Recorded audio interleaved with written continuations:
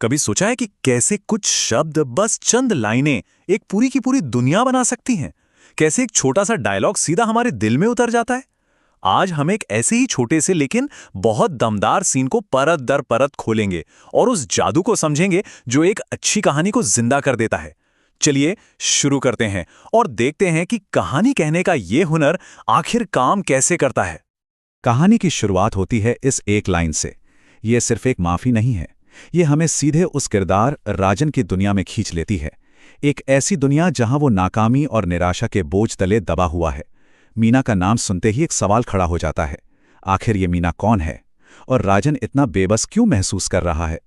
देखिए, एक ही लाइन में राइटर ने हमारे सामने स्ट्रगल, मिस्ट्री और इमोशंस सब कुछ रख दिया है। राजन के इस बोझ को पूरी तरह महसूस करने के लिए हमें पहले उसकी दुनिया को समझना होगा। एक अच्छा राइटर, जानते हैं, एक पेंटर की तरह होता है। वो शब्दों से ऐसा माहौल बनाता है कि हम सब कुछ महसूस करने लगते हैं। तो आइए देखते हैं कि ये सीन परत दर परत कैसे बनाया गया है।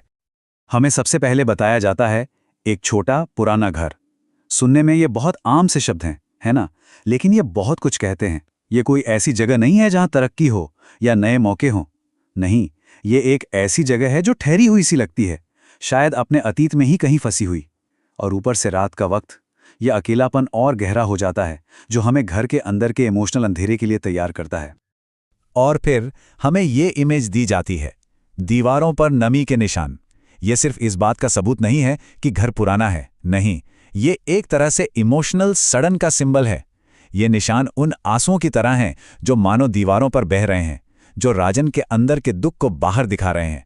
घर यहां खुद एक किरदार बन जाता है जो अपने मालिक की तकलीफ को महसूस कर रहा है। अब जरा मेज पर नजर डालिए। ये क्राइम सीन जैसा लगता है, लेकिन यहां जुर्म है पैसों की तंगी। बिल ये दिखाते हैं दबाव, खाली पर्स ये उस दबाव का नतीजा है।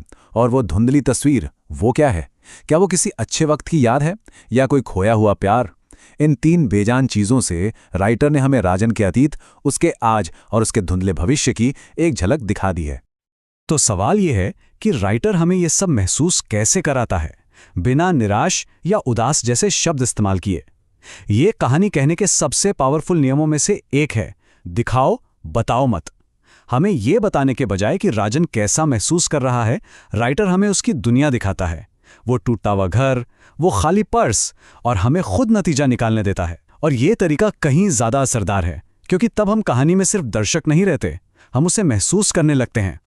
तो अभी तक हमने खामोशी में कहानी को महसूस किया है, लेकिन जब राजन बोलता है तब क्या होता है? आइए अब उसके शब्दों के वजन को समझते हैं और देखते हैं कि वो उसके बोझ को कैसे जाहिर करते हैं। राजन का दुख कोई हवा हवाई नहीं है, वो बहुत असली है, बहुत ठोस है। और यही बात उसे इतना भरोसेमंद बनाती है।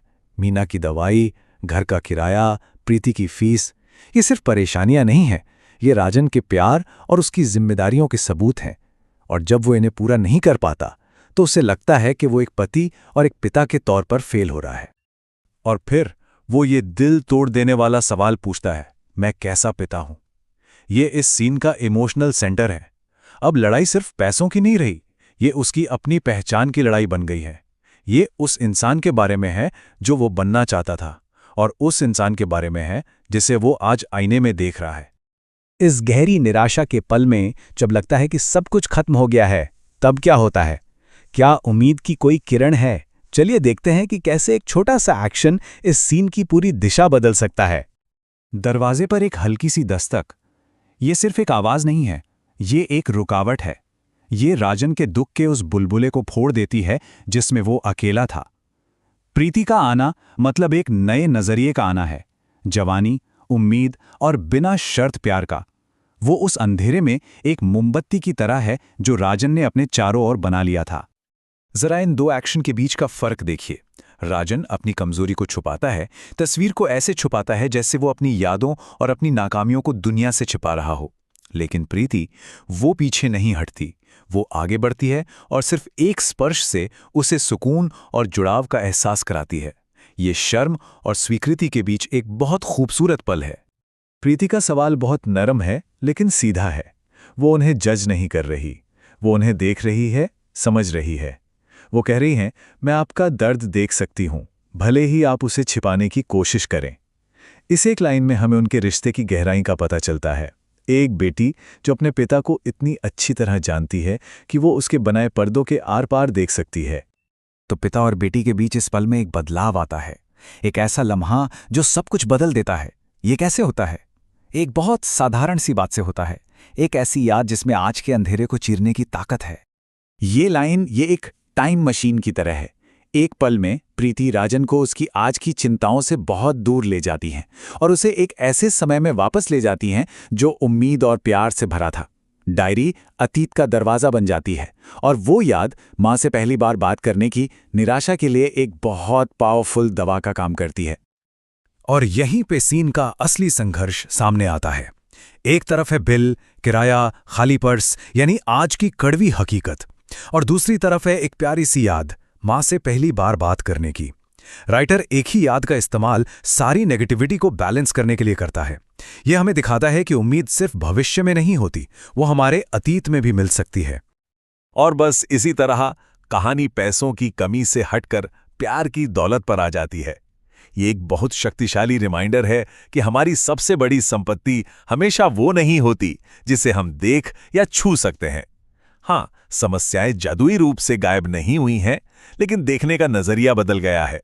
राजन को याद दिलाया गया है कि उसके पास लड़ने के लिए कुछ है, कुछ ऐसा जो बिल और किराए से कहीं ज्यादा कीमती है।